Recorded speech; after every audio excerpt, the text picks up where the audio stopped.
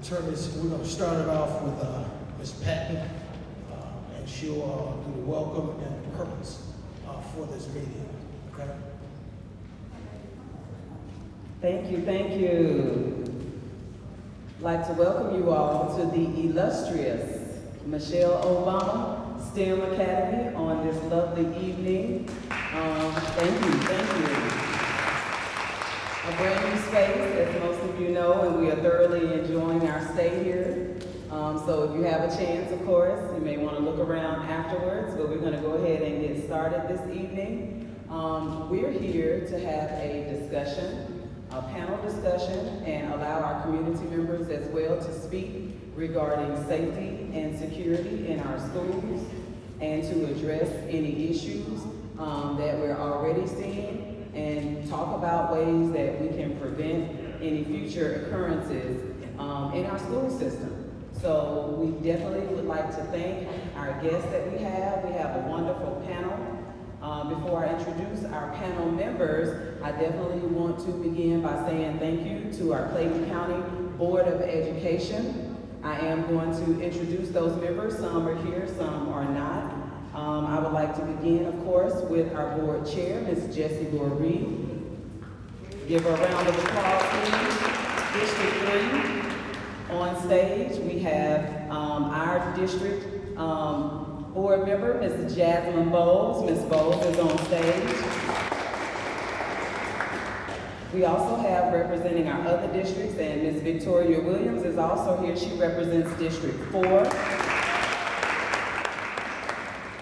Ms. Dee Haney, District 5, Mary Baker, District 6, Mark Christmas, District 2, Joy Tellis-Cooper, District 8, Benjamin Straker, District 9, and Sabrina Hill, District 7. So those are our board members. Some of our additional board members may enter, along with some additional guests. We also want to give a great round of applause for our wonderful superintendent, Dr. Morcease Beasley.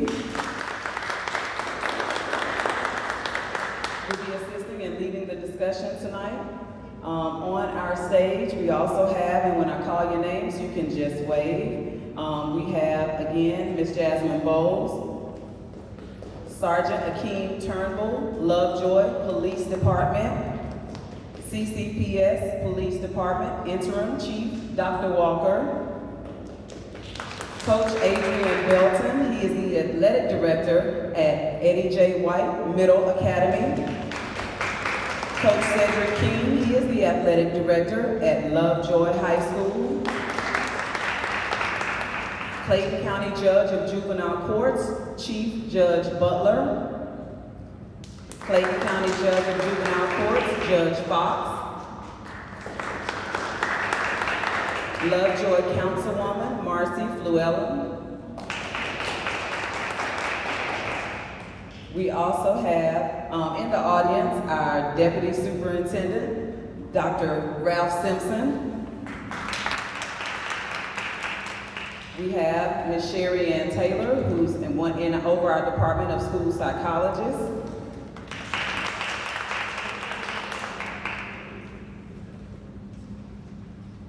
We also have Councilwoman Rosanette Kirby.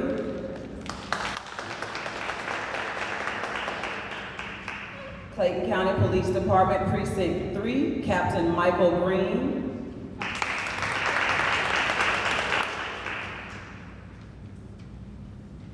Making sure I didn't leave anyone off. I feel like I missed. I called Mr. Turnbull, good job. And none other than our great moderator. You ready? Let's go. Let's go. I appreciate it. All right, you guys, we're in for a great discussion tonight. Please make sure you have an opportunity to participate, and let's do it. Thank you, Ms. Payton. Hey, I'm Dee Cee, the owner of Mixx 106 Radio here in College Park.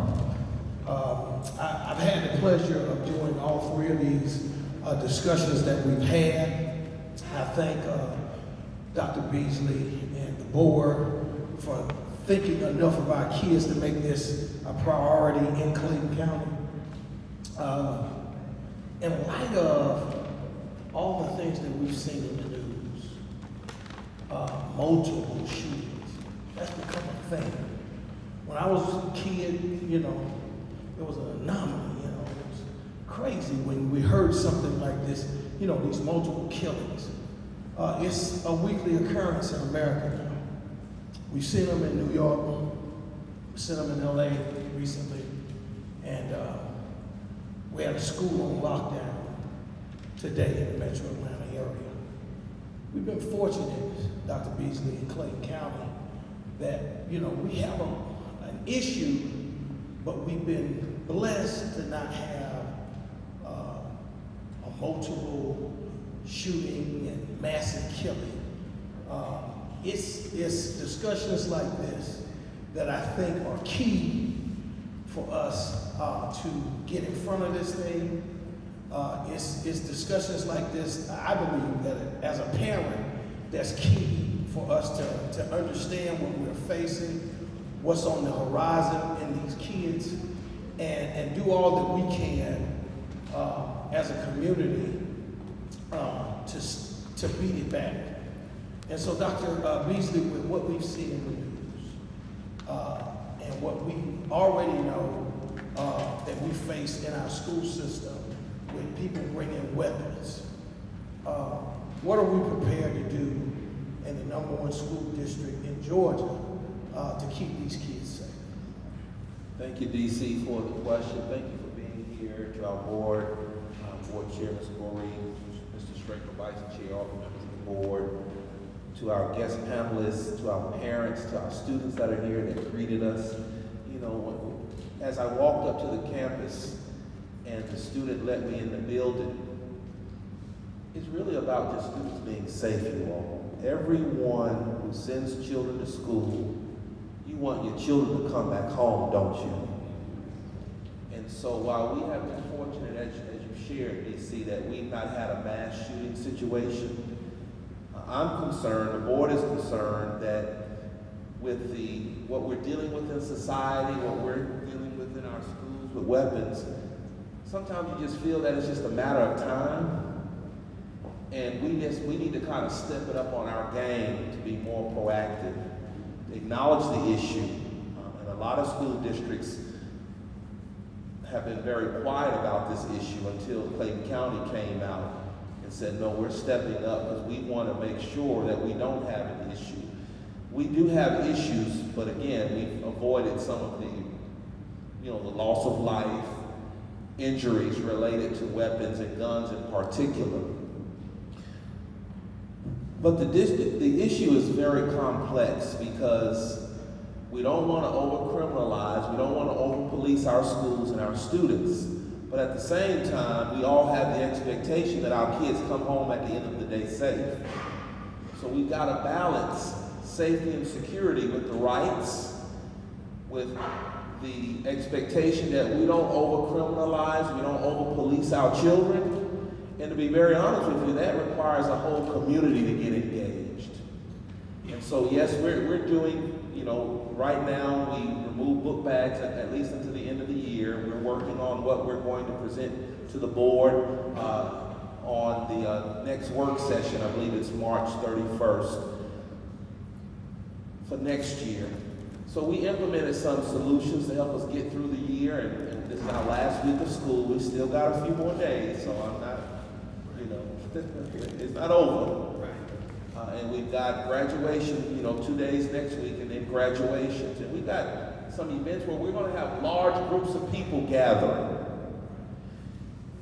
It's just important to us that we're safe, our kids are safe, our employees are safe, and that we as a community really come together and do what we can.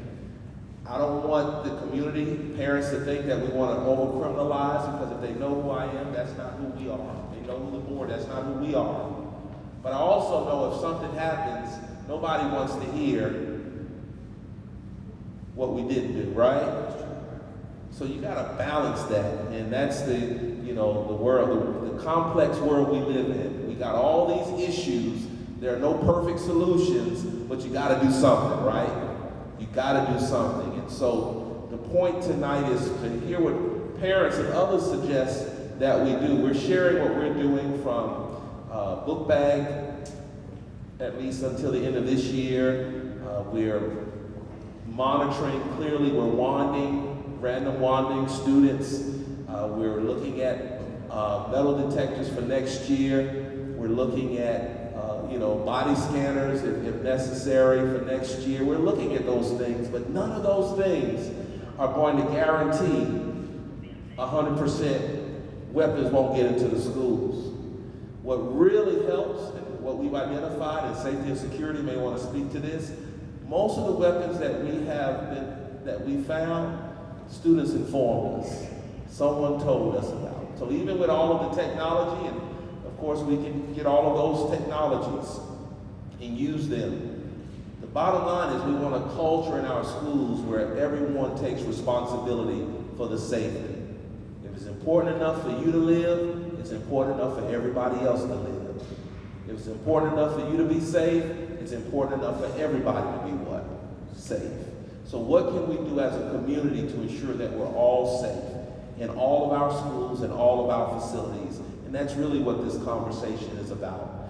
We don't have all the answers. We have solutions, a toolbox of strategies, but there are no perfect strategies that will guarantee that nothing will ever occur. But we want to do our best to mitigate and reduce the likelihood of something occurring in our schools. Speaking of mitigating any problems, I want to go to safety and security. I call him Chief Ray Ray. And Chief, I want to know when it comes to the safety apparatus at Clayton County Schools, do we have contingency plans if that day ever happened and something or an active shooter or something like this break out in our school system? Are we prepared? I do believe that we are prepared. Myself, as well as I think Mr. Thompson, who's the Executive Director of Operations, has gone to every school in the school district and presented a course called, CRACE, which is Civilian Response to Active Shooter Events. And during this particular training, he and I, we spoke to all the administrators, or at least the principal or their designee, to discuss what to do in the event of an incident. And it was similar to a train-the-trainer program where we taught them and then they go back and teach their faculty and staff. We've also made ourselves available to answer any questions that may have come about in reference to situations like that. I want to stay with safety and security and go over to Lovejoy. Small community, but a big part of Clayton County. Are you working in concert with safety and security at the schools to have an extra layer of security for our kids if something were to happen? We do. We've done it on several occasions. Most of our officers are personally connected with the SROs at Lovejoy Middle and Lovejoy High, to the point where they may not even have to go through dispatch. They could just send a text and say, hey, we've had this at lunch. We may need some extra help after school. We have some of our council staff that's employed at the school that sometimes the kids may not feel comfortable saying something to the police that they may feel comfortable telling to them, and they'll give us a heads up and we'll be there because our jurisdiction surrounds the school. So we definitely have been partnering with them, and we have for years that I've been employed in Lovejoy Police Department. Appreciate that. I want to go over here to Captain, Clayton County Police Department. One of the things that we know that happened at Parkland was the police department didn't have direct contact with safety and security at the school.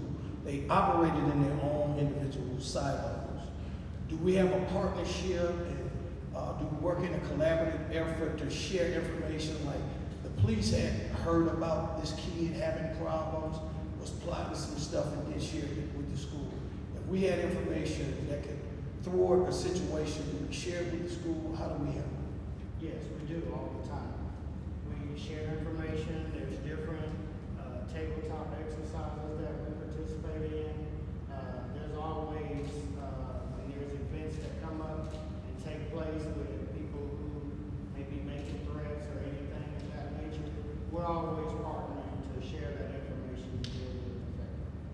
One of the things that we also see, Dr. Beasley, is this gang activity that's happening in real time in our face. They speak a language that I certainly don't understand.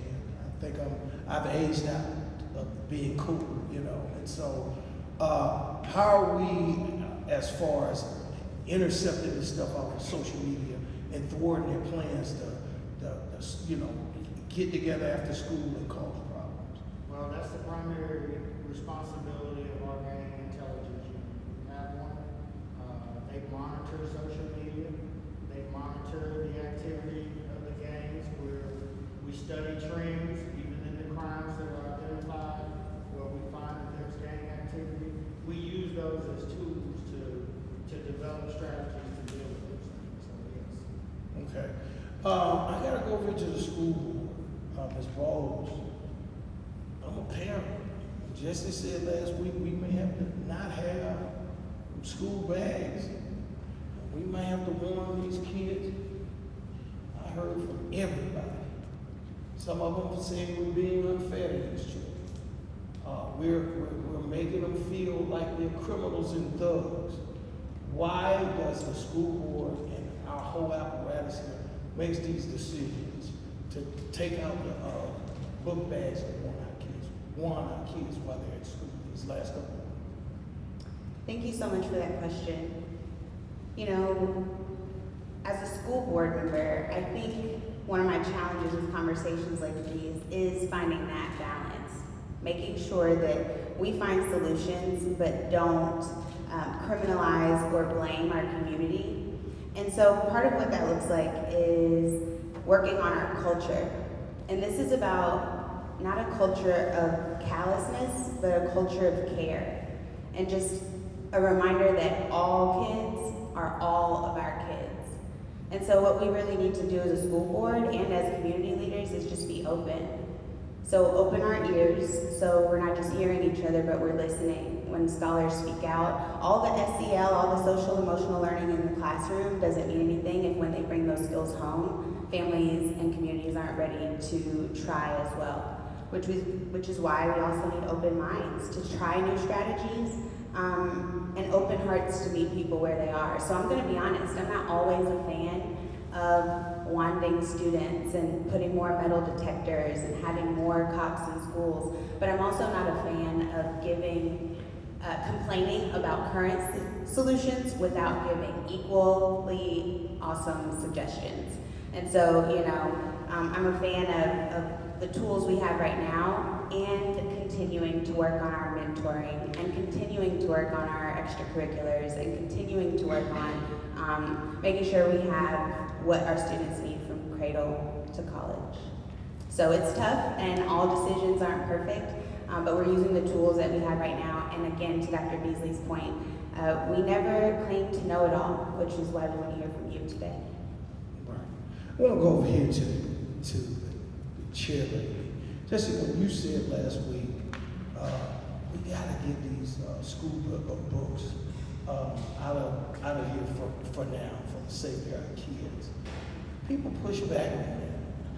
You've been in education for as long as we can remember. You've seen generations of kids come and go, and you've seen this time and time again. Not meaning the date you just, but what can we do to help the parents understand that we're not targeting the kids, we're not blaming them of anything, we're just concerned about the safety of all the students? All right, well, all of the things that Ms. Bowles mentioned are they're nice. You know, we need to look at all those. But I'm, as Dr. Beasley said at the very beginning, my concern is that a child is going to come to the school safe and they're going to leave home safe. Now, for all of the parents and people that feel like we're criminalizing their children because we're winding and all that stuff, I say to them, you do not have this problem if you decide you're going to go see the Atlanta Falcons play on Sunday. You're going to go through the Mercedes-Benz Stadium and you're going to go through that metal detector without a problem. You want to see the Hawks, you're going to go through it. You want to get on an airplane at the airport, you're going to do it. So it's not that anybody is, like I said, do SEL, all those types of things, but SEL is not gonna work if somebody walks in a building with an AK-15, or we have a situation I can speak about, go back to Broward County, where their, intel, if you wanna say, their whole, the camera system was delayed. That child walked into that school building and killed 15 kids, and they didn't even realize that they're still thinking he's in one part of the building. He had already gone through several. So we need to utilize everything. We need to utilize the metal detectors, clear book bags. We can utilize SEL, as Dr. Beasley said. Of course, the most important thing is our students are letting us know that there are weapons in the building. Chief Walker didn't mention the fact that we also purchased, I believe it was in 2019, those panic buttons that all of our employees have in the schools. So if there's a situation, they have a badge around their neck that if something happens, they can utilize that to let someone know what's going on in the building. So to a parent, like I mentioned before, the first thing I think that they need to know, they need to have a discussion with their children about rules and regulations. I said that we need to go back to old school. We need to print our handbook so that they can go over that with their children. We need to do it in the schools at the beginning of the first week of school. We need to teach that to them, and we are all about safety. We want to utilize, as I said, Ms. Bowles, things that she mentioned, we want to utilize all of that. But before I worry about SEL, I'm gonna worry about them walking through that door and being safe. And we've had incidences where, they gotta come to school, they might get on the bus, the kids getting on the bus with a gun. Well, we can't really do anything right there, but once they get off the bus and try to come into the building, if you walk through the metal detector, hopefully it's gonna pick it up. If you got a clear book bag, hopefully we're gonna look at it. There is no 100% solution, as Dr. Beasley said. I want the children safe. I don't mind if somebody's mad at me, because I won their child. I don't mind. I'll be the bad guy. But they gonna go home safe. All right? Maybe I also need to learn how to shoot, because maybe, All right, I gotta go over here to Coach, to our coaches, Coach Middleton. Last night I had the privilege of meeting with Coach Miller at Tri-Cities.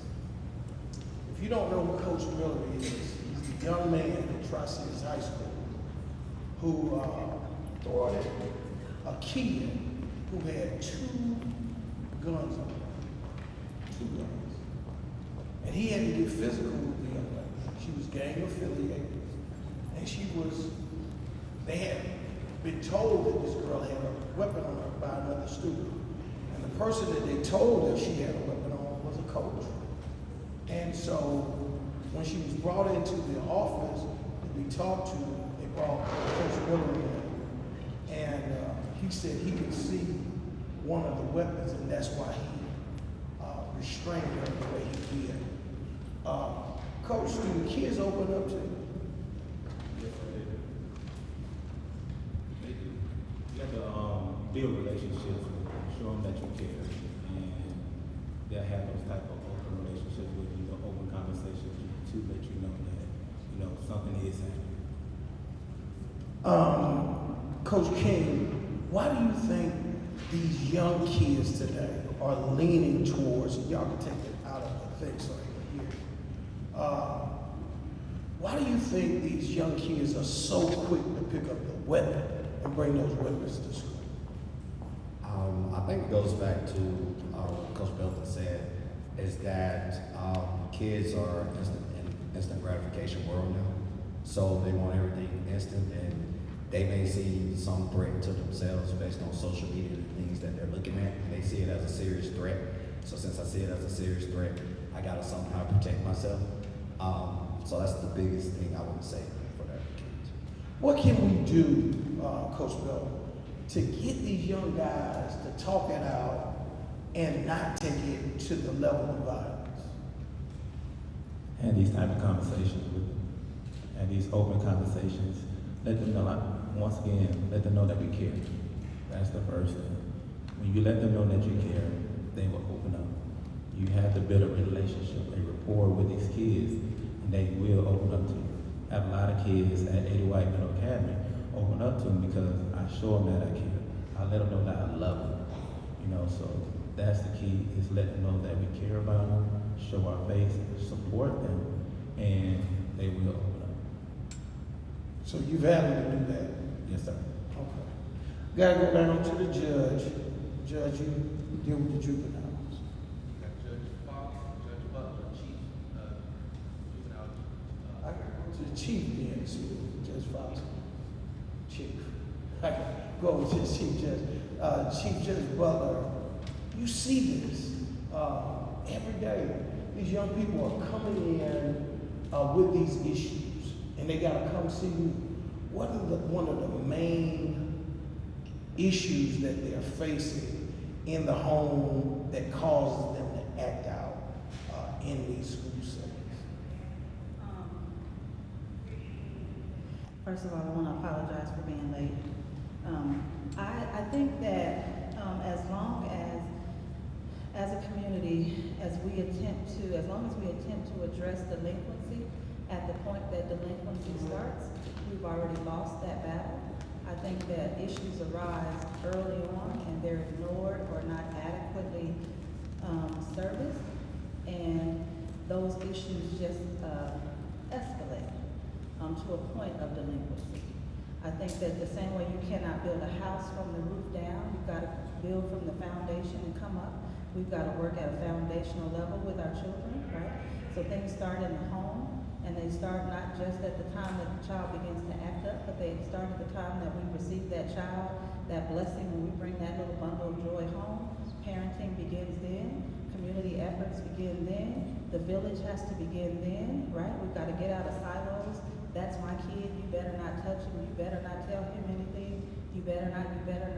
If we can't figure out a way to bring back the village concept and figure out a way to address these issues at the foundation, then we're fighting a losing battle. I gotta keep you right here, because I want to know something. They come to you, they're broken, they messed up. What are some of the services Clayton County Juvenile Court have that they offer to these kids as an alternative to incarceration and YDC? So I don't know how many of you know, so Judge Fox is a long way from me, but so we are Judge Fox, there's Judge Military, there's Associate Judge Watkins, who I thought may have been coming, and then myself. So we're a brand new team of sorts. Like Judge Fox and I took our offices in October. Wow. Judge Military came on, is that this one? Okay.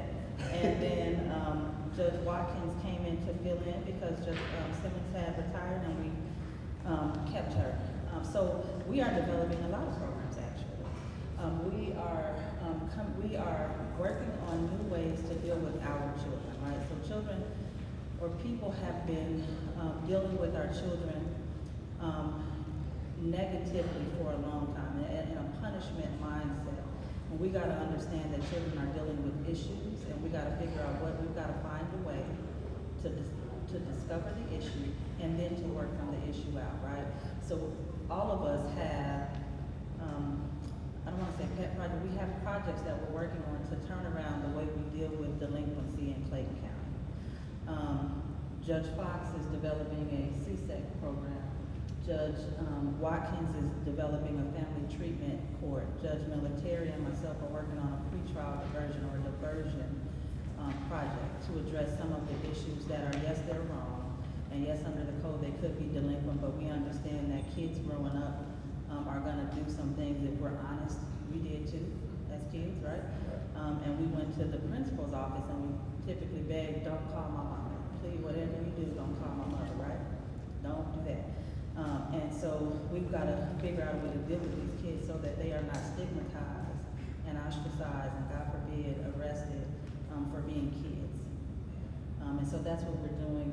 So we're a brand new team, and we're working this stuff out. We're just getting started, but I think that there are great things to come from the new juvenile court that we're building and trying to develop. I think Judge Fox should be heard as well, because she's been working for a long time in our Second Chance program. That was an effort to deal differently with some of these behaviors. Let's talk to Judge Fox about second chances, CSET, and the new juvenile justice part of Clayton County. Judge Watkins is in the audience. Raise your hand. I thought she was coming. Well, yeah, it's her right there on the end. She was like, I didn't come to talk to nobody. We coming over here. But we do have a second chance program, and that is for youth that are facing up to 60 months, which is 5 years in detention. So instead of placing them in the detention center for 5 years, they're in our second chance program, where we actually meet with them weekly. So it's an intensive program. They're assigned to more than one probation officer that goes out to the home. We really try to figure out what's going on, in the home, and put in whatever services we can. Counseling. Our main objective, or one of my main objectives, is to keep these kids in school. We know even if they're detained for just a day or two, the percentage for them to graduate from high school is going to decrease dramatically. So we're trying to make sure that we keep these kids in school, off the streets, give them skills. The second chance program is actually only for at-risk Black males, which is usually what we see. I think the kids that come in front of us for these offenses, bringing guns to school. I know I haven't had any females in front of me, not saying that there aren't issues, but it's in our community, there are a lot of young Black males that we are having to deal with, and we're trying to give them a second chance and teach them the skills that they need to succeed, because once these kids turn 17 years old, they're not in front of myself or Judge Butler or Judge Watkins. At 17, they're going to be in adult court. So we're really trying, we have a short amount of time, a short window. The kids that we usually see are from about 13 to 16. 13. 13 to 16. I mean, we don't get a lot of 13-year-olds that get arrested, but that's the age group where we're trying to save these kids. And once they get arrested, like Judge Butler said, they're not just going to the principal's office, they're getting arrested, they're going to the detention center, and then they're going to court to see one of us to determine, what the next step is going to be in handling their case. We do like to talk to the parents to see what's going on. Even though the first time, I see one of these young children, I know that they're innocent until they're proven guilty. So the first time they see me, it's not going to be their trial. But I still have to make a tough decision to decide whether or not I can release this child safely back into the community. So I have to talk to the parents to kind of, who's going to be supervising this child and different things like that, just different factors. Is this the first time we've had any incidents with this child, and what, and a lot of times I hear things from the parents, the child could be dealing with some grief, maybe someone close to them has died. We'll immediately put grief counseling in place. It could be some other issues while the child is acting out, and we'll put counseling in place. So we do like to talk to the family to see what services the court can put in place to help this child. Can I ask a question? All right. Since you mentioned that all of you all are new, because that's very interesting, as the board chair, we have several of our board members here. It would be nice if the board could meet the judges in the juvenile court, because I noticed one year that there's a mandatory meeting that we are supposed to have with the judge. You said, Judge, I was not aware that Judge Simmons had retired. We did not meet last year, and you did use the term at risk, and I'm gonna say something about at risk, just as people have an issue with students, you go with the metal detectors. Now, I kind of have an issue with that at risk, because that's a term that people generally say when they talking about at risk. They're kind of, that's to me a little stereotypical. We use it in education as well. I'm going to say this, that all of our children are at risk right now. Because with this situation with violence that's going on, you know, I understand your concept, but right now, the reason we're having this conversation this evening is because all of our children are at risk for something. But I am just extending an invitation to see if we can meet, if we can have a meeting so we can know what services are available with the court since the court has changed. And of course, I want to congratulate all you ladies for being the judges, and I can see that you're very empathetic and concerned about our students. But they're at risk. I didn't, you know, he says don't predate him. I can remember when I think I was called culturally disadvantaged. I didn't know I was culturally disadvantaged until I went to college and some other people explained to me why I was culturally disadvantaged. But everybody is at risk. All students, all colors are at risk now. And thank you, Ms. Corey. I actually, what Judge Fox meant was the high risk, not just at risk. Yeah. So our second. It's just a trigger because we use that in education all the time.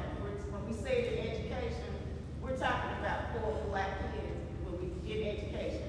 No, but so as I said, everybody's at risk. Yes, ma'am, and we're talking about something a little different. It's based on a pretrial detention risk assessment, so there's an instrument, and after above a certain number, I can't remember what it is, then those kids are at high risk for reoffending, for, you know, long-term detention, or for high-risk offenses.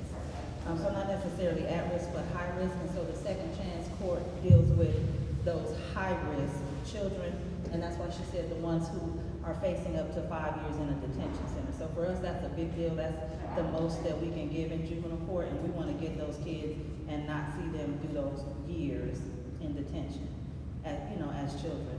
And then, so we're new, Ms. Corey. I've been on the bench since '09. Judge Fox has been on the bench since, I was a baby too. Like I came right out of the school and got on the bench. Judge Fox, when did you first come? It's been some years, but we're new in these positions. Right. I know, that's what I'm saying.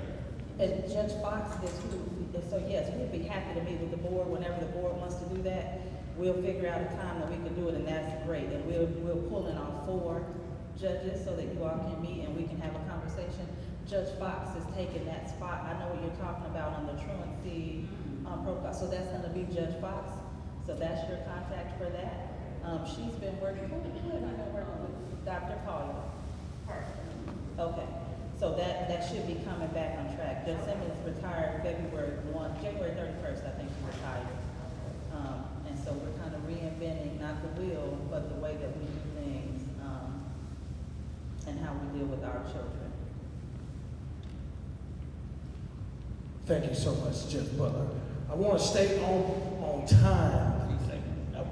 I was going to go over to our council, our board member, Mrs. Bowles. I want you to stay on time. Go ahead, Ms. Bowles. Yeah, no worries. I think, I hope I'm not wrong, but I think I saw Solicitor General Charles Brooks walk in the room. Yeah, that's my friend. And That's I my want to friend. not only acknowledge him, but in the spirit of partnerships between the court and our school system, also congratulations to all of you.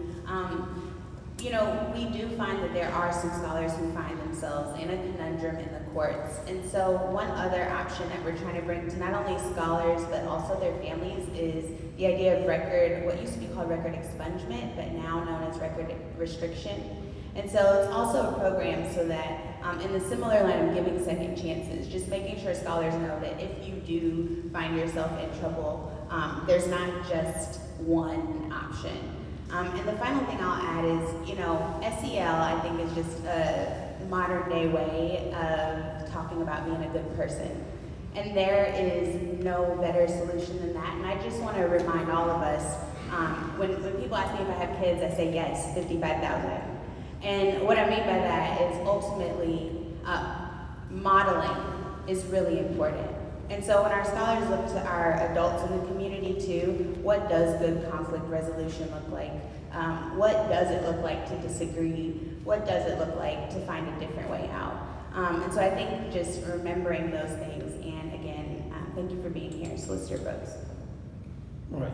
I want to go over to Councilwoman Fluella. I came from Camp Creek to here to Millville.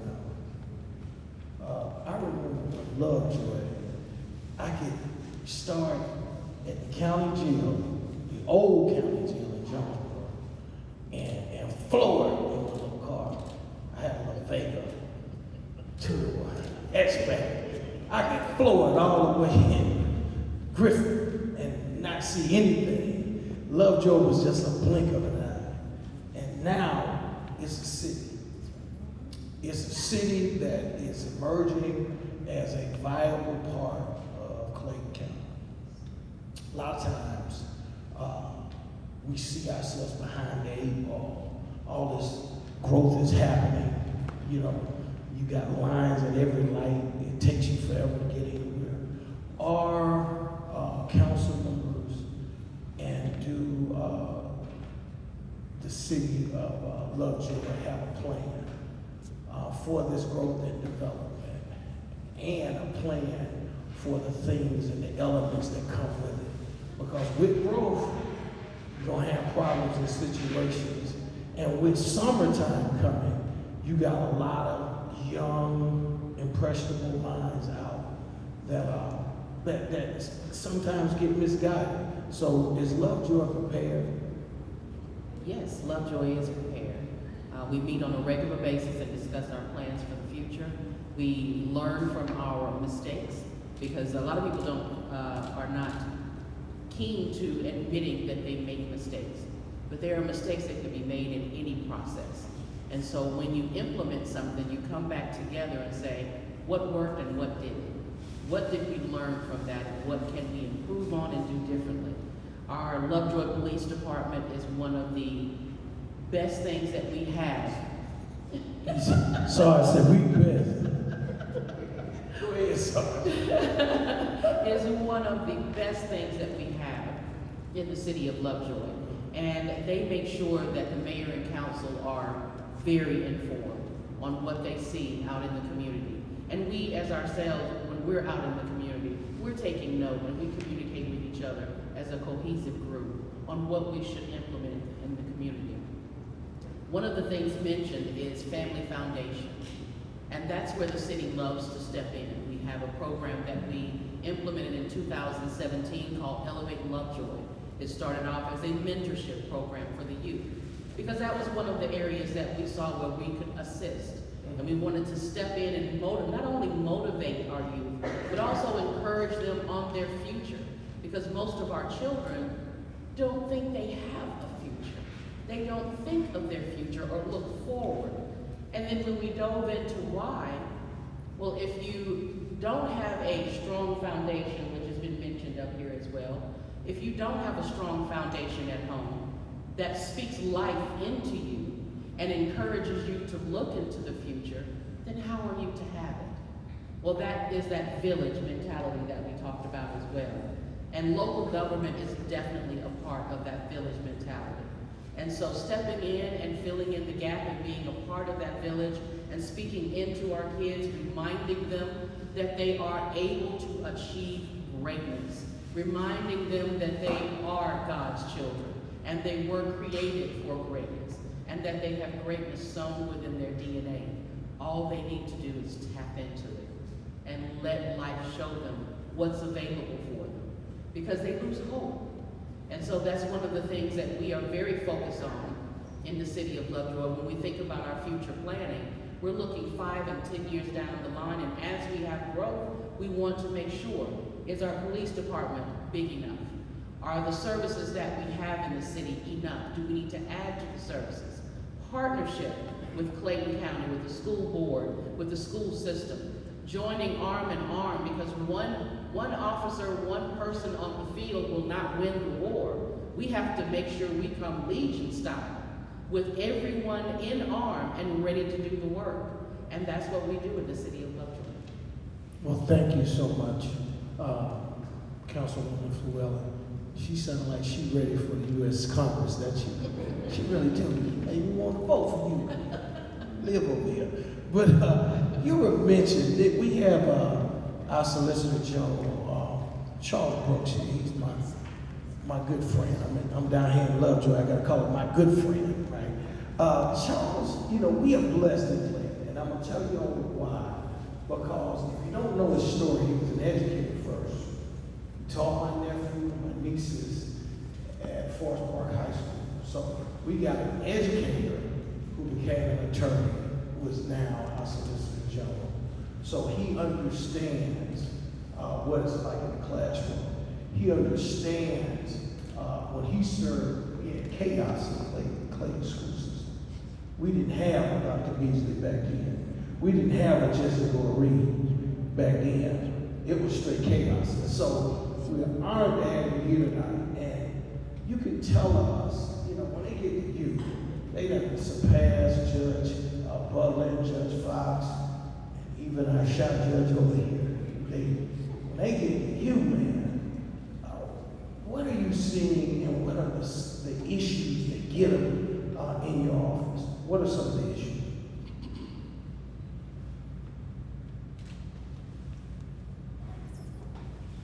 I would say the biggest thing right now is youth, and it's probably a consequence of COVID. And let me say this specific. Probably a consequence of COVID is driving. There's a lot of street racing that's happening in the Metro Atlanta area, and with COVID, streets were empty. A lot of people were not driving as frequently, and so that created an opportunity for youth to do these street stunts. So I think in March of 2021, there was a round of about 88 youth.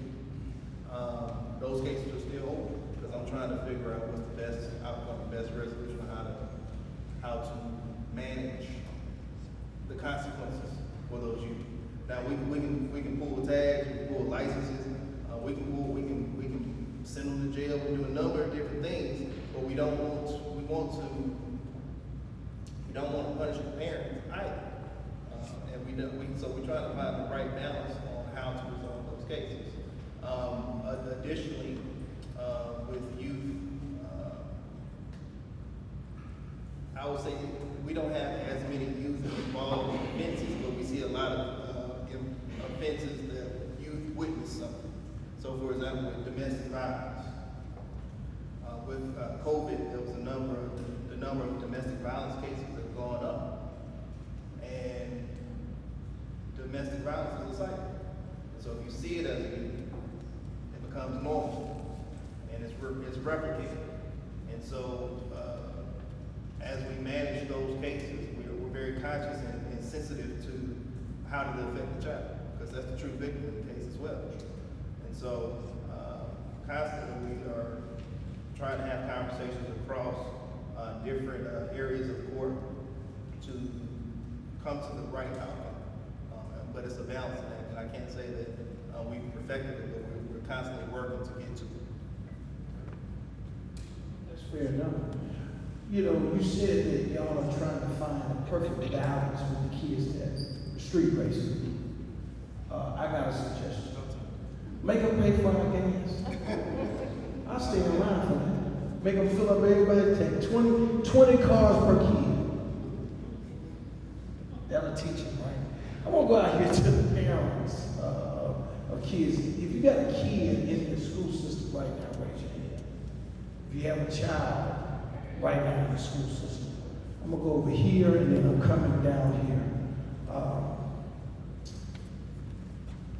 What is, as a parent with a kid, is it in Clayton County? Parent with a kid in Clayton County schools, what's your biggest worry?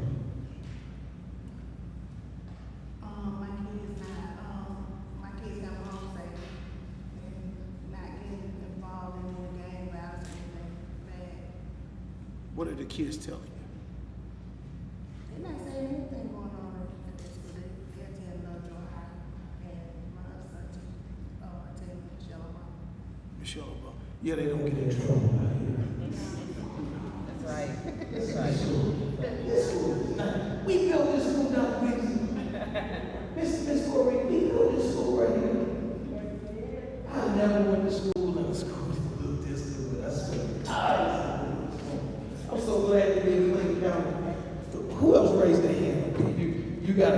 Clayton County Schools, what is one of your biggest concerns as a parent?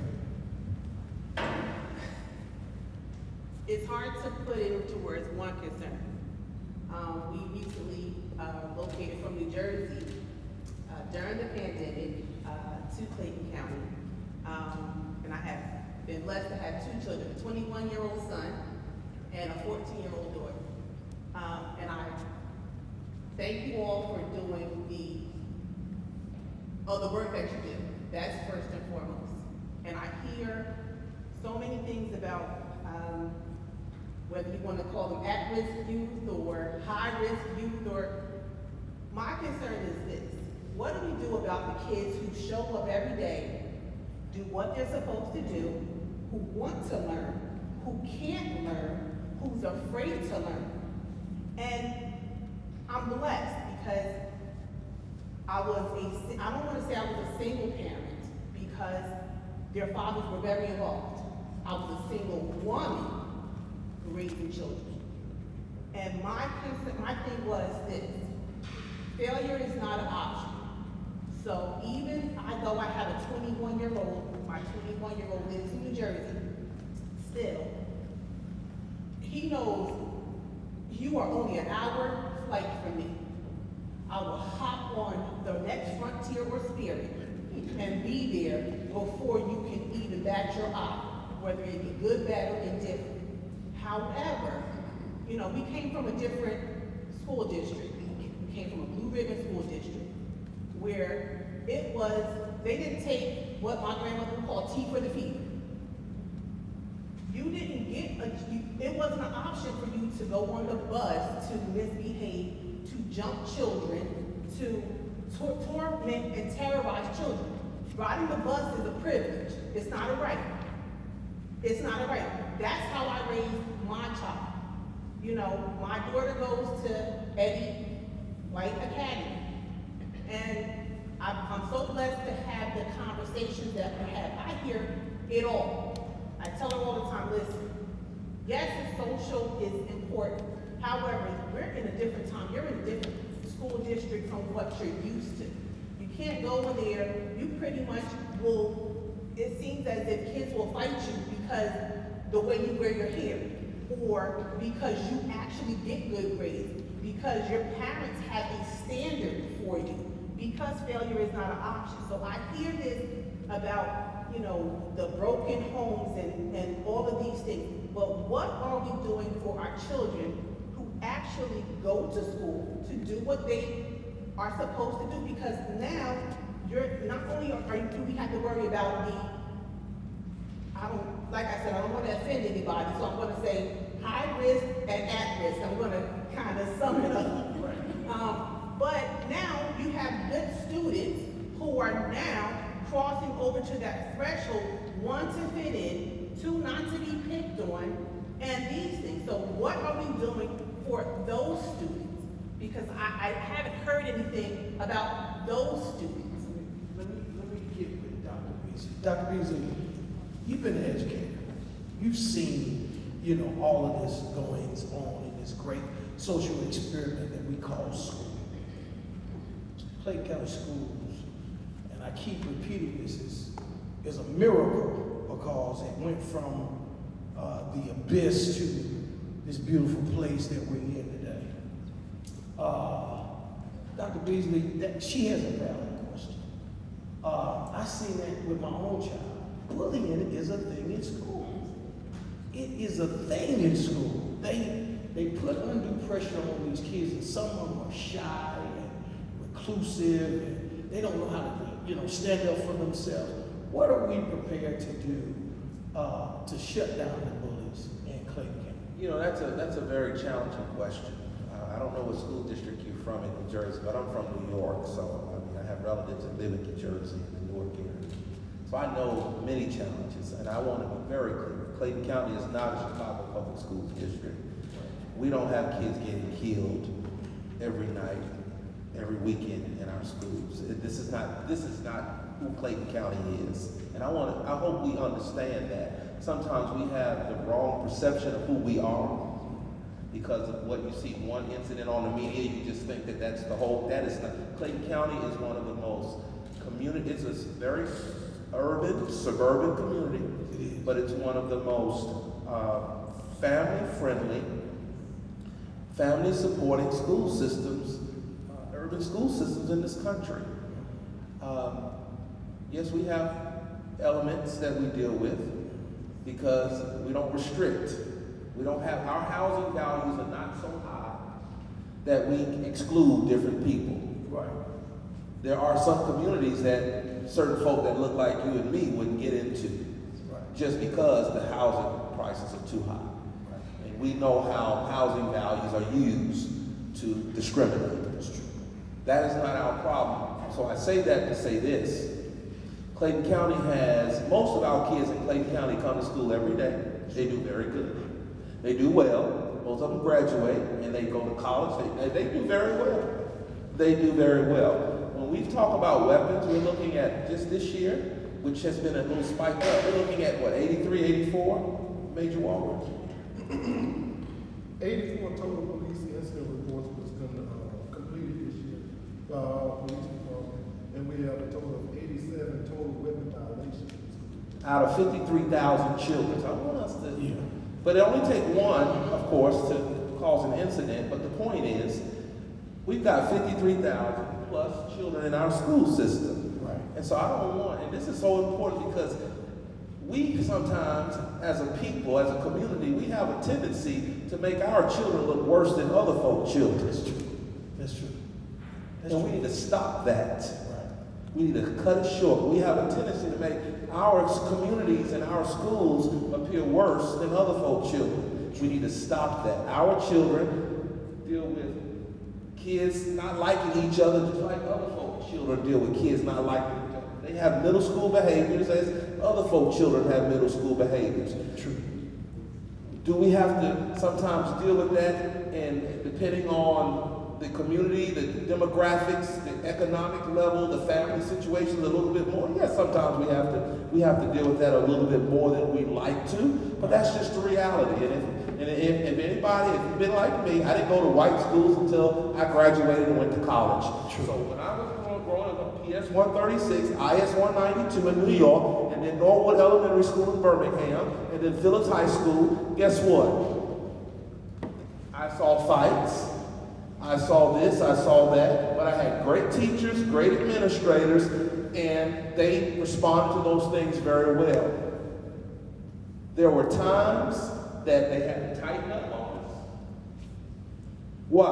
Because what were they dealing with? They were dealing with the culture we brought to the school. Right. You hear me? Let me make sure y'all heard me. They were dealing with the culture we brought to the school. True. Now, as nice as y'all superintendent is today, I got into a brawl once or twice. Wait a minute. I was walking. I didn't think I heard it. You didn't hear it. You didn't hear it. But my point is, I remember in middle school having a feeling like I needed to protect myself from a bully. And he came at me and I said, I'm going to deal with him today. And I whipped his tail. And I'm telling you all that is because sometimes I didn't come from a family where we were just fighting like that. But some kids do. And they think that mess is okay. And so schools, principals, and have to deal with that. My point is this. Most of our kids come from households that don't even support that, endorse that. But I wish I could say that they don't deal with some kids who come to school who feel the need to bully other kids. That does happen, but we have processes and policies to deal with that. Sometimes what we perceive as bullying is not bullying. That's why we have processes and policies that principals have to follow. So it's a complicated question, and I offer a complicated response because our schools are just a reflection. When you think about this school, our school district, we're just a reflection of all the different variety of households and values that exist in all the different households, and they meet up at the schoolhouse, and we, as educators, we've been trained to some degree to manage that dynamic, and that ain't easy to do. It's not. And that's why, listen, I'm a big advocate for our teachers. If Everybody else can demand a raise, educators have to get one. Because no career is possible without an educator. Can we agree on that? Can we agree on that? You got a job today doing anything, you got that because of an educator. And so we gotta always remember that. And the one word that nobody said here is, Yes. to her question, nobody's talked about home training. Because the people that are acting up on the bus, and see, it's not you mentioned the fact that it's, what'd you say, a right, not a privilege.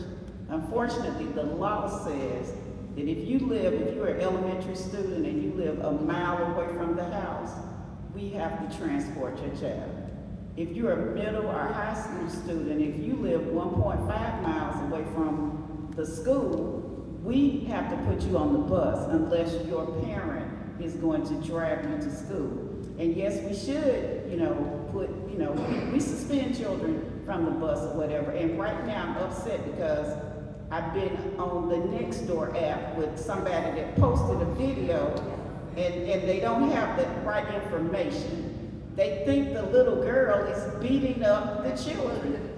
In fact, the little girl is breaking up the fight. And then you all want to know what you need to fire the bus driver. Well, y'all saw 20 seconds. You don't know if the bus driver stopped the bus or not, but you want to fire the bus driver. You want to know why the school district doesn't do anything about it. I want to know why your parents haven't taught your children how to act when they get on the bus. That's what I want to know. And then you want to talk about this little girl. You don't even know what happened. She's trying to help the little boy. She clearly says that they jumping him. They trying to choke him. You don't see that. Y'all want her to go to Juvenile. You want everything. And I'm upset because as adults, you shouldn't even be posting stuff like that on social media if you don't know what happened. If you didn't pick up the telephone and call the school and ask what happened, you shouldn't be posting it, you shouldn't be commenting. And then for whoever the other lady is that says she pays taxes, everybody in here pays taxes. And where were you at if you didn't come to the budget hearing the other day? We've had two. You haven't come and said one thing. You haven't given me any solutions. You want to talk about Clayton County Public Schools? Then you give me some solutions. I am here to listen. I'm here to listen. And I hope you can give me some good solutions. Let me pass the mic because like I said, I don't mind being bad. That's how I enforce it. But that's what the foundation is. It can't start in the school. By the time they get to school, they're 5 or 6 years old. There's 5 or 6 years unaccounted for. You got to start at the foundation, right? You see what she just said about her child? That's why I said at risk. Her nice little child is at risk of being bothered by the bullies and this and so that's why I was saying when we say at risk, everybody is at risk. Correct. There's a level of risk. It's just a matter of how we measure it. I agree. Judge, when you mentioned the situation, the kid on the bus. See, this is what y'all. I saw it. This is what you all who are not educators gotta understand. The kid fights on the bus, and we get the video. We gotta make the decision about that. The parent, we say the kid can't ride the bus anymore. What if the parent doesn't have transportation to get the kid to school? See, what y'all don't understand is we're not in a. Listen to me. We're not in a privileged community where every household has transportation. And you gotta know where you are. This is not that community. I know about the Mountain Brooks. I know about those communities. Right. But this is not a Mountain Brook community. True. This is not a community where every parent can make a decision to drop their kid off in a vehicle every day. This is not that community. And you have to know where you live, and we've got to make decisions that are just and that are considerate of the situations and families. And so it's complicated. Right. Yes, we want that child your child, who I know is being raised the right way, to get everything that they need. And I can assure you, in this school system, they are doing just that. But while we're making sure they get what they need, principals and others and teachers and all, they're responding to all these other situations, trying to figure out what's the best way to respond, because our community is a very diverse community. Economically, culturally, value-wise, belief-wise, etc. Right. And, you know, and I'm a parent with a kid in school, and my daughters, 3 of them graduated right here in Clayton County. I get it. You got 53,000 lives. You got to make decisions for the whole and not the one. We want to help the one. We're going to do everything and fight for the one. But we got to make a decision that's balanced for us all that we can live with. Like you said, we don't live in a community. Clay County, whether we like it or not, is a Title I county. Is that right? Let me make sure they understand what that means. All Excuse right. me.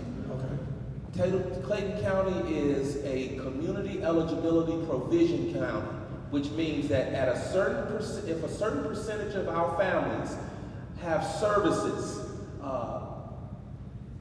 beyond those safety net support services, then we are allowed by federal rule to provide Title I services to all of our students. In our county, about 58% of our families have secured those services. The threshold is I want to say about 40% or so. So that allows us to be Title I total. That doesn't mean that all of our kids are coming from low-income families. True. So I want to make sure we're very clear about that. But we provide Title I services to all of our kids in our county because we have such a high percentage of families that need these services. So all of our kids have access to Title I services, even if they come from high-income families in our county. Does that make a little bit of sense? Make a lot of sense to me. This young man here, his face looked familiar to me right here. I think I know this man.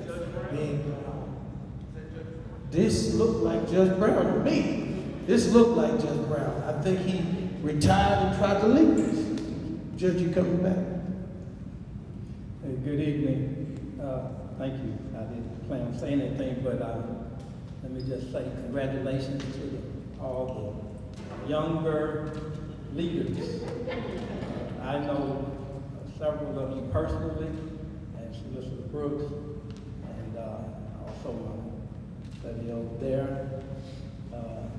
We did a mentorship program in conjunction with the courts and the school called Lines of Justice.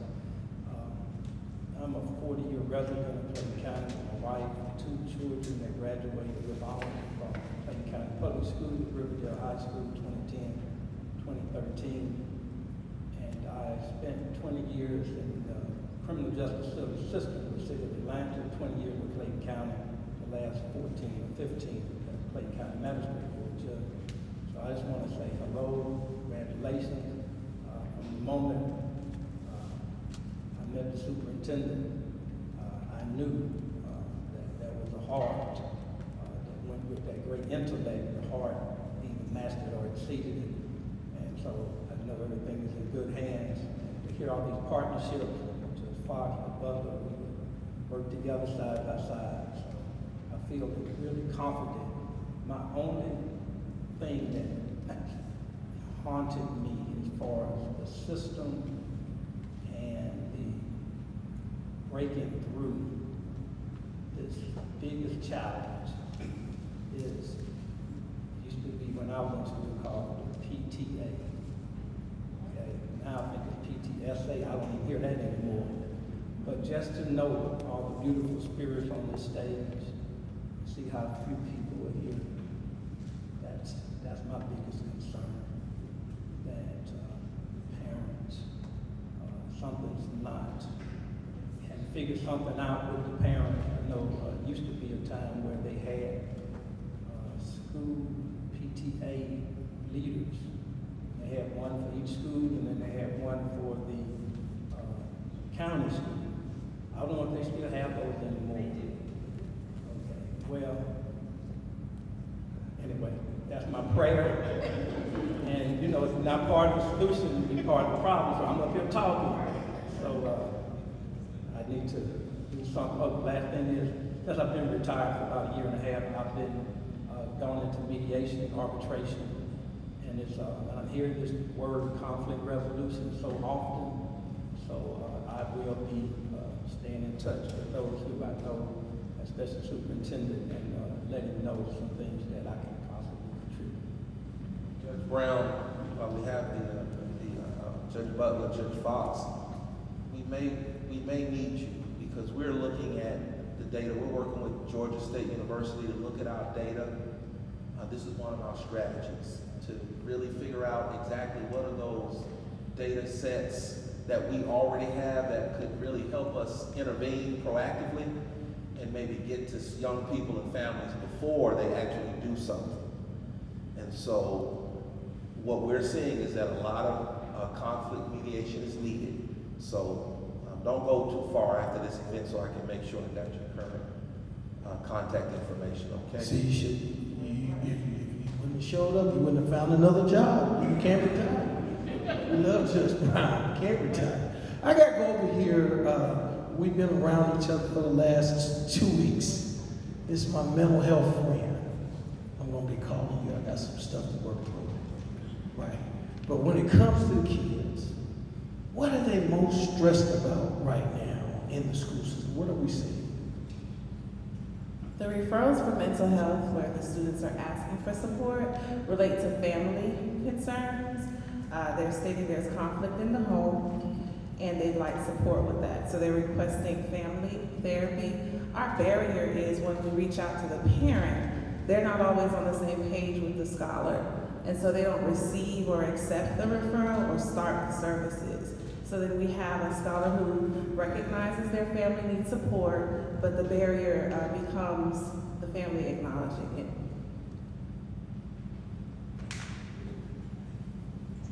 She said, no, I got some stuff to work through. But we're gonna get out of here, but 2 minutes, I want to talk to this board. We've heard from the chair, heard from Ms. Bowles.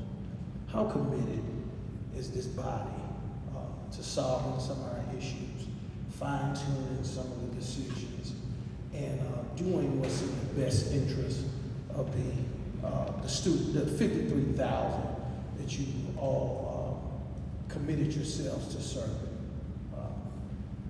Board member. Good evening, everyone, and thank you so much. That's a wonderful question. The first thing to the commitment is what we're doing now. I believe in community. I believe in unity and togetherness.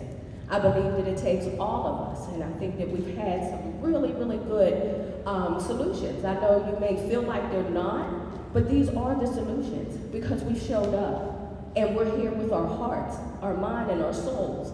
And we're saying we got one goal, and that's 53,000 scholars. So I'm here to support my colleagues as well as the partnerships that we have, which I think is amazing. I come from the criminal justice field. I've been doing it for 22 years. So I've been on the other side. And to be here and to be proactive and to have a conversation where we can really make a difference. I believe that our scholars are our future, and they are a priority. Working with our parents to make sure that we hear them, and as Board Member Bowles indicated, in listening.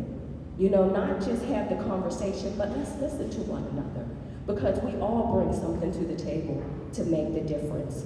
So I am committed 100% to working with everyone. I am here for the parents, our educators, and all of our staff in Clayton County. I know that our district is amazing, awesome, and doing great work. When I talk to our scholars, even being greeted when we came in here, I said to the young lady, I said, you're amazing. Have anyone told you? She looked at me, she said, you're the first one. I said, well, you are amazing, my darling. And that's what we have to do. That's what we have to pour into and model it with one another.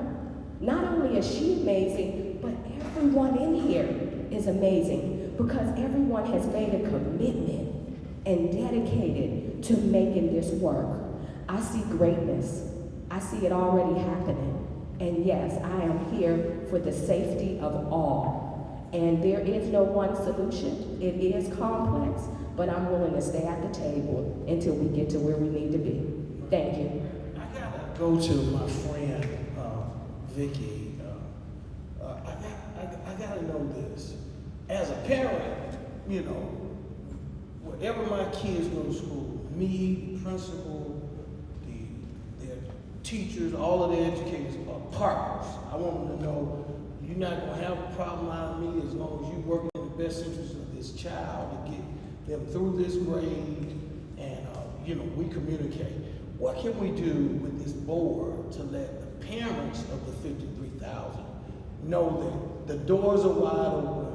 The board is, you know, waiting for them to come and partner with the board to make it a success for our kids. Victoria. Okay, I'm sorry. Right. So we are, you know, we are partners. We all have to be committed. I have a son that's still in, you know, in Clayton County now. I have nieces, nephews, so we all should be on the same page. We all want our kids to come back. We all want our kids to be safe. And we all want to, you know, come together as teachers, parents, the community. Like you said, PTAs, we need more parents. This place should be full. This place should be full right now. It shouldn't just be a few parents that's in here. If they have, you know, we got to send emails, they have problems, and not wait till the last minute and post it on Nextdoor app or Clayton County, you know, without coming to the board. We had the board meeting earlier this year, we had very few parents come with any concerns. But then you go online and it's like, everybody has concerns. You know, board meeting come up, no concerns. So it's like a mixed message, you know. Saying all this to the balance, but like I said, like Jesse said, they ain't come with a solution, they don't come with anything, just for it. All right, I'm gonna piggyback on that. What can we do to get the parents engaged in, Dee? That's on you. Hello everyone, it's Dr. D. What we are doing already, first of all, we have to always be proactive. I think sometimes we become reactive to situations that occur. And just as what we're doing as a district with our partners in our county, we are being proactive. And just like my colleague said, we have to get the parents engaged. And first of all, we have to sometimes meet them where they are. Like Dr. Beasley alluded to, that our community is not that community. So sometimes we have to come down and meet them where they are. And unfortunately, we have to sometimes spoon feed our parents. And so once we meet them where they are, I think they'll come in and they'll start to gravitate. And just like the judge said, we have to involve more of the PTA, which we're doing a good job at because I was at Mundiesville High. They're involved over there.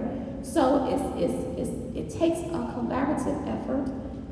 It takes us listening, but it also takes us being proactive and not so reactive to one situation. This should be a continuum, not just because it's happening and the statistics are high. It should be a continuum, not matter who did it first, get it done. So that's what I'm looking at, and we just become more proactive, meet our parents where they are, listen to what their concerns are, and then not get on the Nextdoor app and just go at it, but then just come on the Nextdoor app and say, what's your solution? And our chair has done that, but as a board, we can continue to do that and continue to have the communications with our parents, continue to get with our communications team, say, hey, put this information out there so that they can see it. But it has to start, as everyone said, at the house. I gotta go to you, Doc, because people gotta understand something about the school system. There's a team of people that we don't know their names. They don't get a big hurrah. There's no pep rally for them. But they make sure that the buses are maintained. They make sure that staff is there to keep the buildings clean. They make sure that the men and women that work on behalf of your kids get paid every pay period. It's the people that make sure that the food is ordered, that heating and air and the lights are working, the lawn is cut, and that we have a place that our kids can come, learn, and be protected. They are the unsung heroes that work for Clayton County School System. Your tax dollars pay them, and we never know their names, but you represent them. You see them every day. You and Dr. Beasley are on the front lines of this big institution called Clayton County Schools. How committed are the people who are on the front lines to taking care of our kids and giving them the best opportunities to be successful? Thank you for that question. Great detailed question. I would say that those people who serve on the front line are very committed. and dedicated. They deal with the cards that are dealt to them daily. You know, they prepare, they over-prepare. We ask our frontline workers, whether it's custodians, nutrition workers, bus drivers, we ask them to do a lot. If you consider a bus driver, oftentimes in some homes, that's the first adult that a child may see in the morning. And there's so many good mornings, how are you? But I will be honest with all of us. We struggle with a factor that I would term as influence. There was a time that teachers, coaches, we had the power of influence.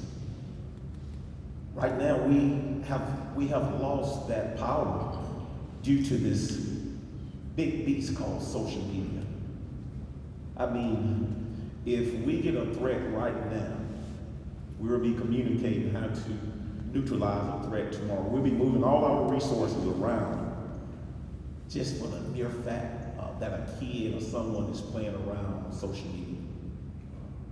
That controls our actions, and the influence has become much greater than it was in the past. It's almost like we are always trying to catch up to that influence.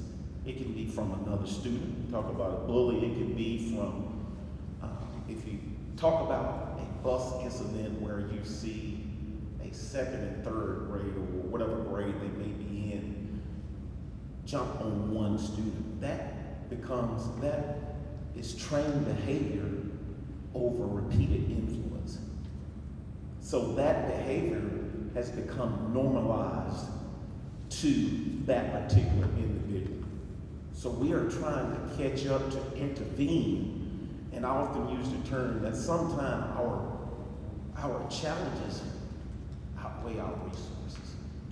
So we really have to work, and I think this is the right approach as a community, as we collaborate as a community, but we have to have ongoing conversations. It just can't be tonight, we drop it and stop it here. We have to keep going because, you know, we have to continue to support those, you know, frontline workers. Our teachers get frustrated with us. I was a student-friendly person, love my students. Sometimes I gave them chance after chance and the teachers would get mad because I was their advocate.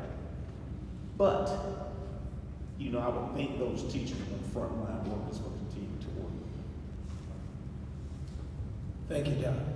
I got to be obedient, and I got to get out of here on time for Doc. You know, I got to do my part. But I saw you. I think you had your hand up. It was for her. It was for you. I apologize. What was your question? Good evening, everyone. I am a parent. I have 2 students here at Michelle Obama. I am a member of Jasmine Bowles Advisory Committee. I'm a member of the local school council here at Michelle Obama. And I've heard a lot of conversation about a lot of different things tonight, but we need to ensure that even as a board, we are talking about a lot of these things start at home. Yes, it starts at home, but when they get on the bus, when they come to school, all of those things follow them. So we do need to ensure that we're creating an environment where the children who want to learn, whose parents are involved, who are doing the work, have a platform where they can call their administrator, they can call that board member and say, hey, this is what's going on in District 1. I have an issue with this. I need it to be addressed so my child can come to school and learn. Because yes, we're all concerned about the greater good, but as parents, I'm concerned about my 2 getting what they need to be substantiated so they can go on and be productive members of society. We've talked about the Nextdoor app. Most of us are on social media. We have a generation of parents who use Instagram. they're using Twitter, they're using Facebook. So we can't be upset that that's the tool that they use to address their concerns. Every parent doesn't have my eloquence, the next person's eloquence. You do have to meet parents where they are. So we can't condemn parents for going to Nextdoor and posting something because that might be the only platform that they know. They might not have a relationship with the school. We've talked a lot about PTA and involvement from the community. We have to be okay with what we have. The parents that are here, that are constantly logging on, being utilized, being involved, you have to be okay with those parents that you have because we really can't worry about what we don't have, but be grateful for the parents that you do have that are coming out, that are spending their evenings after they've worked all day and did homework with their children, that they're still being involved in the school. So I just want to make sure that we're all of the same mindset, that all parents are not going to come to a board meeting, they're not going to come to a budget meeting because that's not their life.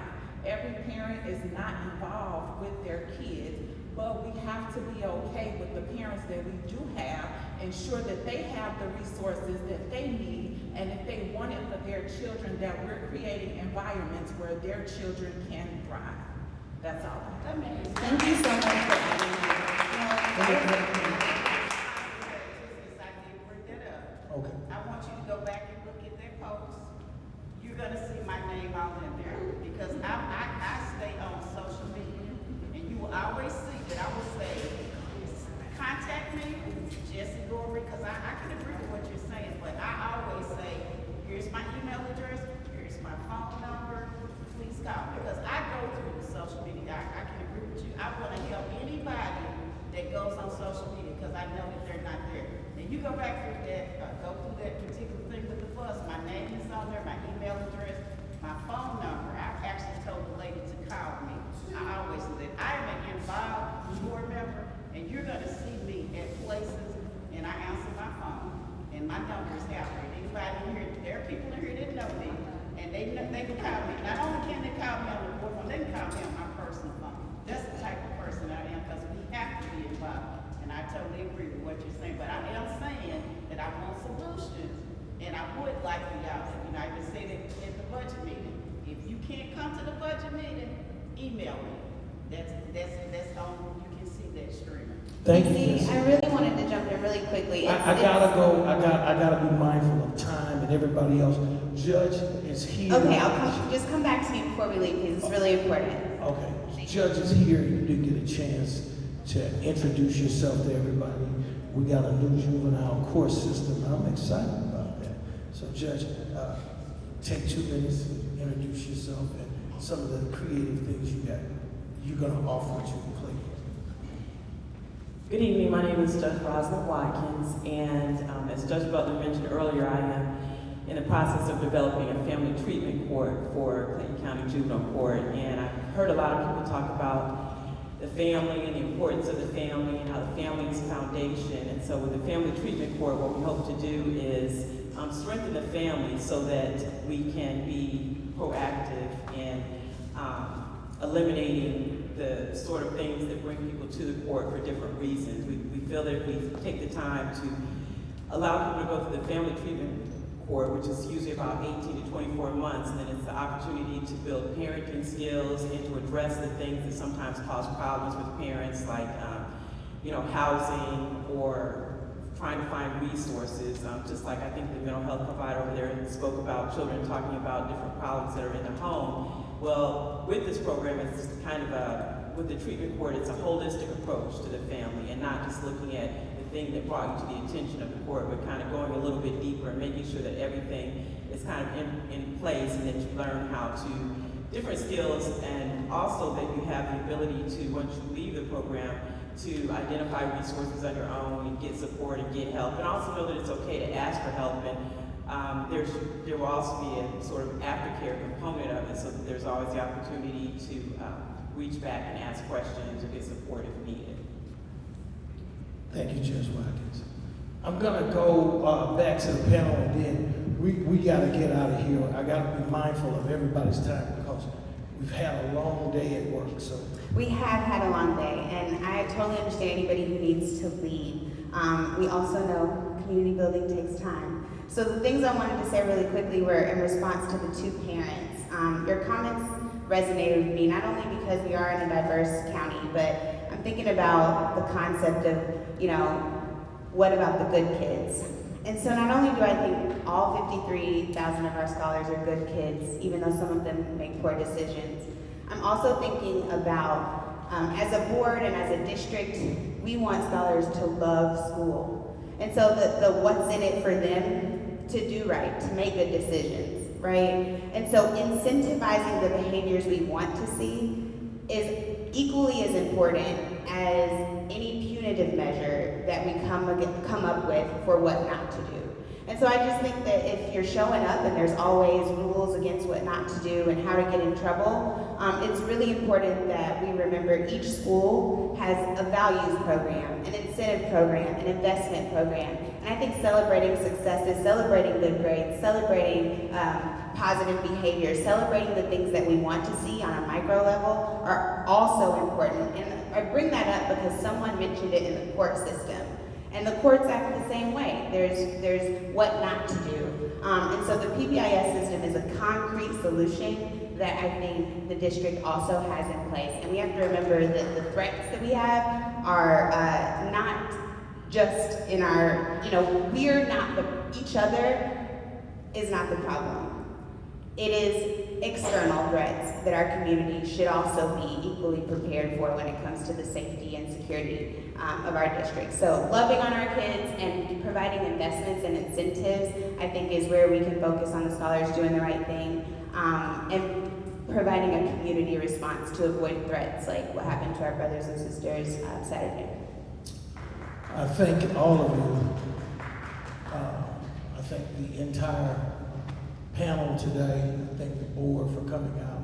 I thank all you parents for caring enough to think this to be important to you, to put it on your schedule to be out here, to talk about solutions that's going to make our community better. I got to make a statement since this is my last time being here this year, this school year, to talk to parents and fellow citizens of Clayton County. I'm a parent. I'm a single dad of 4 daughters, 31, 27, 22, and 16. People that know me know that I am sole custody of my youngest child and had her entire life. That was her middle school principal, Ms. Rice in the back. So I'm qualified as a parent who've had children and been in their lives their entire life to say this. No kid is going to be successful if you just let them go and do like you want them to go and do. And let them figure it out because they don't have the mental capacity to figure out life. That's why they got parents, to try to guide them and cultivate an environment where they can learn, thrive, and be successful. These school educators, superintendent, security police, these judges, coaches, police officers, all of these people who we put in our community to work for the better good of all of us, I don't think most of them intention is to be focused to mistreat our children, even though the system may have been designed to not treat us fairly. Most of them, for the most part, are going to treat a kid fairly. But I agree with Jesse. I agree with Superintendent Beasley and some of the others. Parents gotta take responsibility for our kids. I'm a parent, it's my job to teach them values and demand the standard of my kids. My mother and father had 16. They stayed married for 66 years before they left this world. And my father instilled a standard in us. When you get on the bus, you represented him, his wife, and you showed the world that you were reared right and that you were made with substance and a standard. What happened in us is we let our standards down. And what we're seeing is the symptoms of that. We don't have a standard. Do what you want to do. Feel how you feel. You just import. Kids gotta be reared with a standard. You get what you get when you don't have a standard in them. What the school system is trying to instill in them is excellence, but they can't do it alone. These teachers who worked hard just to get an education and become a certified educator, they can't do it if you're not doing it. So I push back. As a parent, it's my job to be at the meetings. If I want to know whether the dollars that I'm paying in taxes, whether I want to or not go, I need to be at the meetings. And when I'm at the meetings, I got a voice to say how I feel about how they spending the money. But if you're not at the meetings, you don't have a voice, because the people at the meeting decided how the money was going to be spent. So we as a parent got to do our part. And we can't hold anybody else accountable until we hold ourselves accountable for what we did or didn't do on behalf of our kids. I'm going to go with Dr. Beasley. I'll give you the last word. And I want to say this. There's an E-Splash coming up. March 2023. If you want better for your kids, then you're going to do like the affluent communities do. You're going to vote to give us the best chance of having the best school system that we've ever seen before, and make it even better by voting yes on this E-Splash. When is it? March of 2023.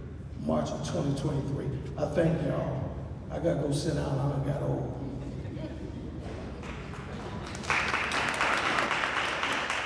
As we pray, let's give Dee Cee a hand. Let's give our principal, Ms.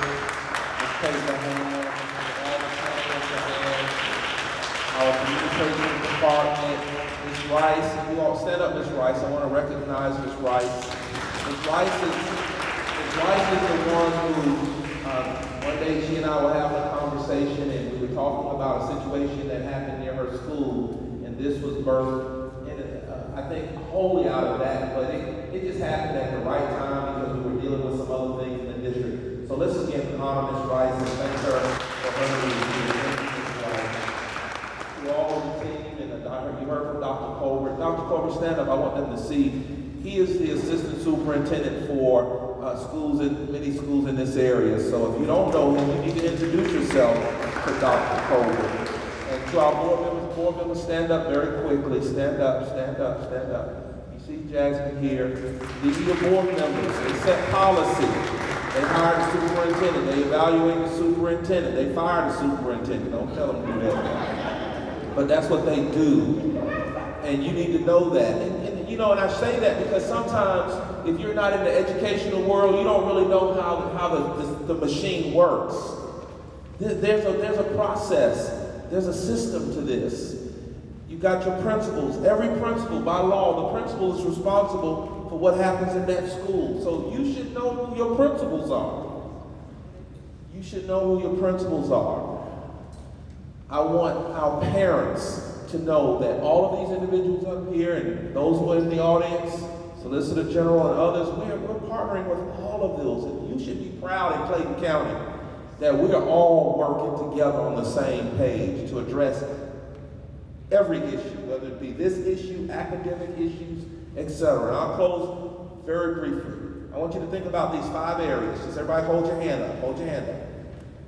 Education, economics, family, spiritual values, and social relationships. Our kids are impacted by those 5 areas. Any one of those areas out of whack causes challenges for our children. That's why we push education, so families can have higher incomes. Because in America, the more education you have, the higher your what? It's a reality, whether you like it or not. It's a reality. You need to know the reality of the country you live in. Family. heard about family today. It all starts with what? Family.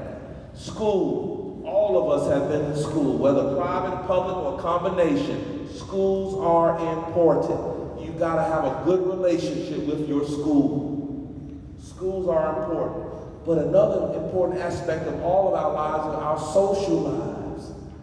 So children and their friends, and how it plays out on social media, it may not be important to you, but it's important to our children. And so we gotta find a way to support them and monitor them and hold them accountable. And most importantly, y'all, those spiritual values. Y'all know I'm gonna end there. Because whatever's in you is gonna come out of you. Y'all hear what I said? Whatever's in you, that's what's going to come out of you. And so if we see a lot of stuff on the outside of us that we don't appreciate, and we need to reflect as a community, as individuals, as a family, and figure out what we need to do to get those things changed, improved, and corrected. All of those things are important. And I'll close by saying this, and we're a village, you all. We are one family. And we gotta start thinking that way, and I appreciate everyone who's here. And remind our parents, if they can't make it, board members, don't y'all have committees that they can participate on? They can send emails, we do YouTube lives. We know that our families are busy in Clayton County. But if you go to our website, anybody who wants to be connected to what's happening in the school system, there are opportunities. We don't expect everybody to be at everything. But if you've got a concern, you should know how to get in touch with your principal and your teachers and your board members. And I can assure you, we respond. All of us respond. Every single time. But that's okay. We all respond. You may not get the resolution you want, but we respond. And we're going to always resolve based upon what's best for the child. You got to know that that's what you have here in Clayton County. All of us have children. 53,000 plus our very own. And we treat and lead and love and model like they're our very own children. I'll hang around if you have any questions or comments for me. Thank everybody for being here today. We will be presenting our strategies for next year to the board at the next work session, which is on May 31st at 6 p.m. Sounds right, 6 p.m. That's the Tuesday after Memorial Day, right? Tuesday, because Memorial Day is Monday. Tuesday after Memorial Day. If you can't come to the boardroom, just pay attention on live. You can participate online. No reason not to be engaged in Clayton County Public Schools. Thanks, everybody. We appreciate, again, communications. I'm going to turn it over back to Ms. Payton. Come on, Ms. Payton. Come on and get the mic. Yes, thank you, guys. Please give our amazing panel a round of applause, please. Thank you, to our board, to Dr. Beasley, our esteemed superintendent, to my right hand and boss, Dr. Cobra, Dr. Keith Cobra. Please stand up again, Dr. Cobra. He is the area superintendent again for Cluster B. So I want to make sure you guys are familiar with his face. Also, Dr. Egbuna snuck in on us. She is the Director of Discipline, Prevention, and Intervention, Dr. Egbuna. Also, Mr. Kenneth Thompson. Mr. Kenneth Thompson is the Executive Director of Operations for Clayton County Public Schools. I think we met our additional judge who came in. And again, I just really want to thank this amazing panel. Mr. Dee Cee Craddock, amazing as always. Thank you guys. Ms. Rice again, Ms. Shakira Rice, proud principal of North Clay Middle for bringing this to us. Principal Lonnie Farmer, who is our principal at Eddie White Middle, and our feeder pattern, again, stand up, Mr. Farmer. I have some great fifth graders moving on to sixth grade, coming on up. Definitely wanted to highlight on this particular panel because we are loud and proud when it comes to athletics in the Panhandle. So I do have our two athletic directors, Coach Belton from Eddie White Middle. Let's make sure we clap it up. And Coach Cedric King, the athletic director at Lovejoy High. I don't know if you guys know our motto down here, but we hang banners. That's what we used to say at Eddie White Middle. You ever been to our gym? When we were once Eddie J. White K8, banners are hanging in the gym, okay? All we do is win. I'm sure you know about Lovejoy girls basketball team. That's right, that's right. So I just wanted to say again, thank you, amazing Dr. Beasley, panel. Thank you so much, all of our judges and council members, along with our amazing, give it up to our police department, you guys. Our police department. Still have some in the audience here, Sergeant McClendon. We have our police that represent us at Eddie White Middle and Lovejoy High. They were in here as well. Thank you to our communications department for coming out. I greatly appreciate it. I have my right hand over here, Dr. Walker. She's gonna always be in the background, but doing a lot of work. So thank you guys again so much for coming out. We appreciate you. Thank you, thank you.